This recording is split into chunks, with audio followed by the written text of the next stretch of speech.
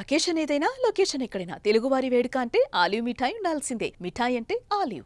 Electric వాహనాల పైన ప్రభుత్వం ఇప్పుడు తాజాగా ఒక సంచలన నిర్ణయం తీసుకుంది. ఇప్పటికే దేశవ్యాప్తంగా ఎలక్ట్రిక్ వాహనాలను ప్రోత్సహిస్తూ వాటికి సబ్సిడీలు ఇస్తూ ఎలక్ట్రిక్ వాహనాలన్నింటినీ కూడా వినియోగదారులు వాడేలాగా ఎంకరేజ్ చేస్తున్నటువంటి కేంద్ర ప్రభుత్వం ఇప్పుడు ఎలక్ట్రిక్ వాహనాలు చాలా వరకు అమ్ముడుపోతున్నాయి. దానికి సంబంధించి దేశవ్యాప్తంగా కూడా చాలామంది ఆ వైపున చూస్తున్నారు. మంచి పరిణామమే.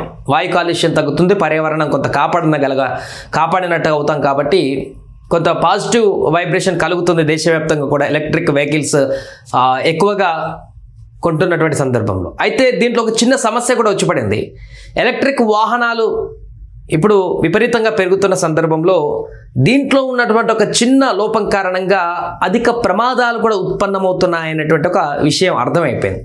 అందుకే ఇప్పుడు ఎలక్ట్రిక్ వాహనాలకు సంబంధించినటువంటి ఒక కొత్త నిబంధన ప్రభుత్వం తీసుకువచ్చింది. దీని ద్వారా ఇక నుంచి వచ్చేటువంటి ఎలక్ట్రిక్ వాహనాలన్నిటికీ కూడా తప్పనిసరిగా ఆ నిబంధన ఉండేటువంటి విధంగా జాగ్రత్త పడుతుంది.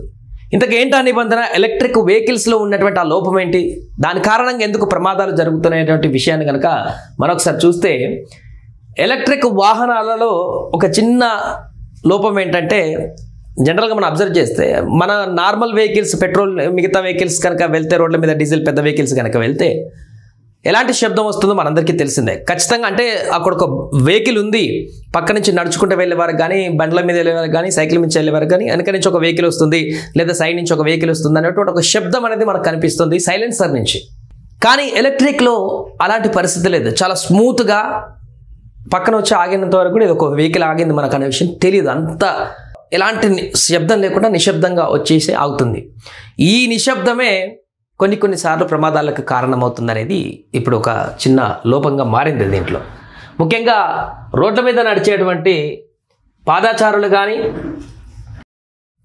సైకిల్ మీద వెళ్ళేటువంటి వారికి కానీ ఈ ఎలక్ట్రిక్ వాహనాలు అంటే వెనక నుంచి వచ్చేటువంటి సందర్భాన్ని గుర్తించలేకపోతున్నారు. నార్మల్ వెహికల్స్ అయితే కొంత శబ్దం వస్తుంది కాబట్టి ఆ శబ్దంతో ఆలజడితోటి వినికిడితోటి కొంత లెఫ్ట్లో అటు పక్కకు వెళ్ళేటువంటి ప్రయత్నం చేస్తుంటారు. కానీ ఎలక్ట్రిక్ వెహికల్స్ వచ్చేసరికి అది దగ్గరకు వచ్చే వరకు కూడా వస్తుందనేటువంటి విషయం తెలుసుకోలేకపోవడం చేత కొన్ని ప్రమాదాలు జరుగుతున్నట్టుగా తెలుస్తుంది. సో ఈ యొక్క ప్రమాదాన్ని దృష్టిలో ఉంచుకొనే భారతదేశంలో ఇకపై ఎలక్ట్రిక్ కార్లు కానీ మిగతా అన్ని కూడా శబ్దంతో రాబోతున్నాయి. అంటే ఇప్పుడు ఉన్నటువంటి సైలెన్సర్లు ఉన్న వెహికల్స్ ఏదైతే ఉన్నాయో ఆ రకం శబ్దం, మరీ శబ్దం అంటే ఏదో హడావిడి చేసుకుంటా ఢూమ్ ఢూమ్ అని వచ్చేది కాదు. నార్మల్గా ఇప్పుడు ఉన్నటువంటి వాహనాలకు స్మూత్ శబ్దాలు ఎలా ఉంటాయి అలా అక్టోబర్ 1 నుంచి ఇది అమల్లోకి రాబోతుంది. ఎప్పుడు 2027 నుండి అన్ని ఎలక్ట్రిక్ కార్లు, బస్సులు, ట్రక్కులలో అకౌస్టిక్ వెహికల్ అలర్టింగ్ సిస్టమ్ దీన్ని అమర్చబోతున్నారు ఇక నుంచి ఎలక్ట్రిక్ వెహికల్స్లో. ఇప్పటి నుంచి మొదలైపోయింది. 2027 అక్టోబర్ 1 నుంచి పూర్తి స్థాయిలో ఇక అన్ని ఎలక్ట్రిక్ వెహికల్స్కి దేశవ్యాప్తంగా కూడా దీన్ని ఇంప్లిమెంట్ చేయబోతున్నారు. దీని ద్వారా ప్రమాదాల బారి నుంచి బయటపడేటువంటి విధంగా ఒక చొరవ తీసుకోబోతున్నారు. ఎలక్ట్రిక్ వెహికల్స్ నుంచి శబ్దం రాకపోవడం వల్ల జరిగేటువంటి ప్రమాదాల మీద ఆందోళన వ్యక్తం చేస్తూ కొత్త AVAS నియమాన్ని ప్రతిపాదించింది MORTH. సో ఈ కొత్త నిబంధన ముందుగా అక్టోబర్ 1, 2026 నుంచి కొత్తగా ఉత్పత్తి అయ్యాయి. అంటే వచ్చే సంవత్సరం అక్టోబర్ 1 నుంచి కొత్తగా వచ్చేటువంటి వెహికల్స్ అన్నిటికీ కూడా ఇంప్లిమెంట్ అవుతుంటుంది. సరుకుల EV మోడల్స్కు తప్పనిసరి అవుతుంది. ఆ తర్వాత అక్టోబర్ 27 నాటికి ఈ నియమం ఇప్పటికే మార్కెట్లోకి ఉన్న అన్ని EV మోటార్స్కు కూడా వర్తిస్తుంది అనమాట.